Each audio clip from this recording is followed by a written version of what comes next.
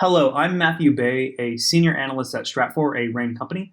This podcast is brought to you by Stratfor Worldview, RANE's premier digital publication for objective geopolitical intelligence analysis. Sign up for the free Stratfor newsletter at worldview.stratfor.com.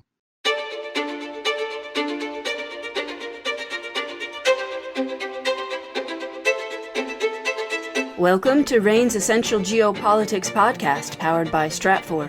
I'm Emily Donahue. Slovenia will hold the rotating presidency of the European Union during the second half of 2021. The country has said that one of its priorities will be adding candidate countries in the Western Balkans to the EU. But this is a massive challenge, considering the historical problems in the region. Here with details is Adriano Bassoni, Stratfor Senior Europe Analyst at RANE. Welcome back, Adriano. Hi, Emily. Nice talking with you again. It's good to have you here. Why would countries in the Western Balkans want to join the EU?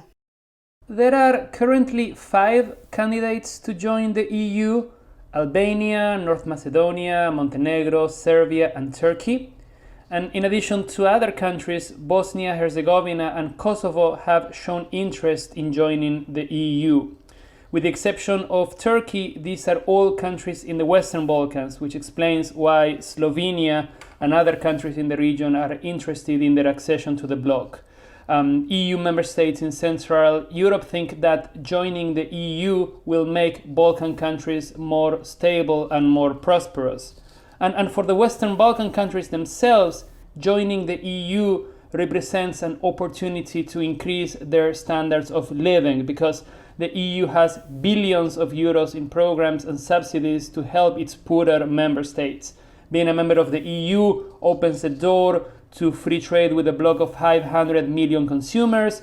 It makes countries more attractive to foreign investors. It creates opportunities for nationals from these countries to travel, study, and work in the EU, and so on. So the economic and social benefits of EU memberships are clear for countries in the Western Balkans. But of course, joining the EU is not easy, because candidate countries have to implement structural reforms in their economies and in their political institutions. They have to incorporate EU rules and laws to comply with the bloc's standards.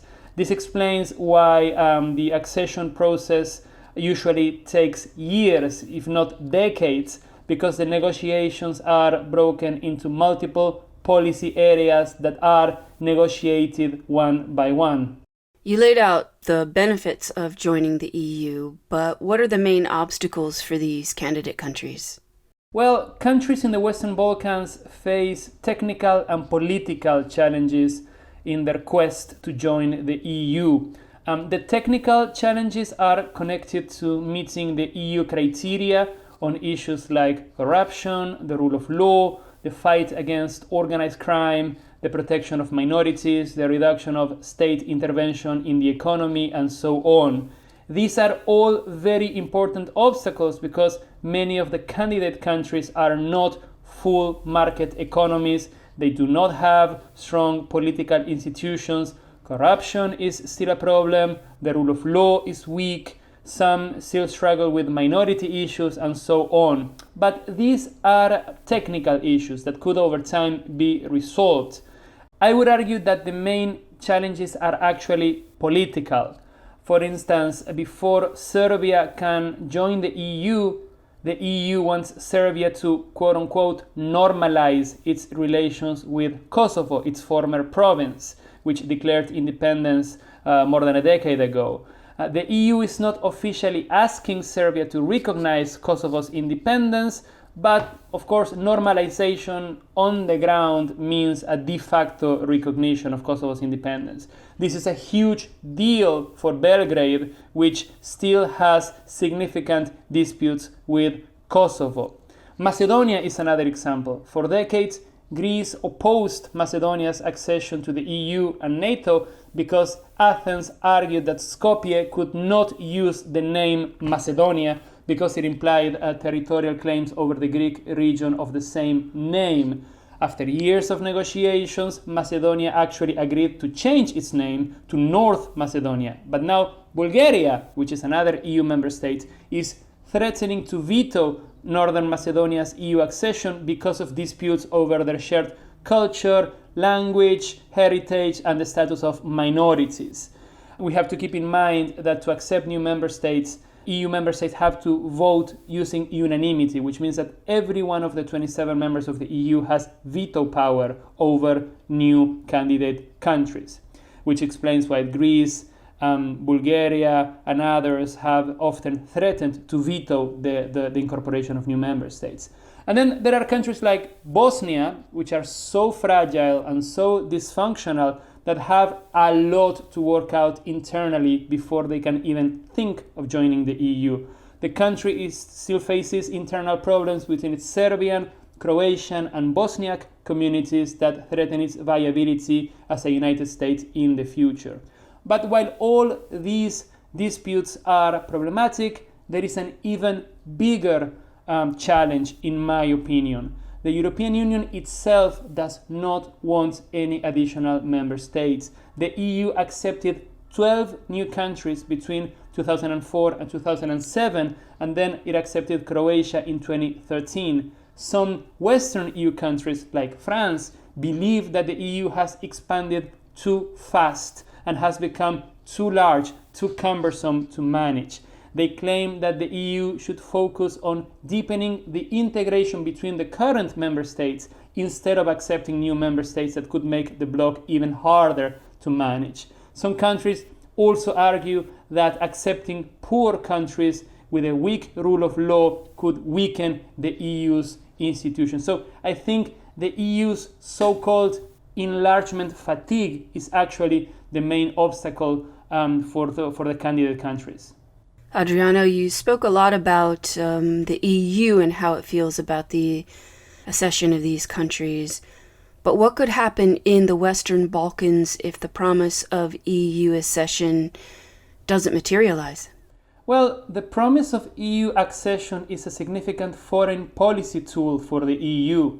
By promising that they will eventually join the bloc and by giving them millions of euros in pre-accession funding, Brussels maintains some degree of influence over countries in the Western Balkans. Brussels can pressure these countries to introduce political and economic reforms and to make some foreign policy decisions because in exchange they will get closer to the EU. The problem is what happens if this promise of accession is no longer credible. I think a weaker promise of EU accession could have lots of implications for Western Balkan countries. To begin with, it could slow down the process of economic and institutional reform. Of course, these countries want to become more attractive to foreign investments and to create jobs regardless of EU accession, which means that they will still want to implement reforms. The problem is that the reform process could be much slower without credible EU pressure, and as a result, these countries could struggle to raise their standards of living. Then there's the issue of these countries not becoming more democratic and transparent. If joining the EU is no longer on the table, governments in the Western Balkans could turn to populism, nationalism, authoritarianism to remain in power. This will not necessarily result in a return to violence in the Balkans, but the combination of nationalism and populism could create conflicts between these countries and also within them, as many of these countries are multi-ethnic states with unresolved minority disputes. And finally, a weaker promise of EU accession could also open the door to non-EU countries becoming more influential in the region. China, Russia, Turkey, to name a few, are all active in the Western Balkans, offering financial and political support to some of these governments. I want to be clear about this. We can't look at the situation in black and white terms. I am not saying that Russia or China will replace the EU, because of course Moscow and Beijing are not interested in becoming permanent sponsors of these governments and to pay for bridges and schools and the kind of things that EU money pays for. But what I'm saying is that at a time of tense ties between the EU, China, Russia, and Turkey, the Western Balkans is one of the several areas of geopolitical competition between them. Adriano Bissoni is Stratfor Senior Europe Analyst at RANE. Thank you, Adriano. Thanks, Emily. RANE's Essential Geopolitics podcast is powered by Stratfor Worldview, RANE's leading geopolitical intelligence platform. Sign up today for our free newsletter at worldview.stratfor.com. That's worldview.stratfor.com.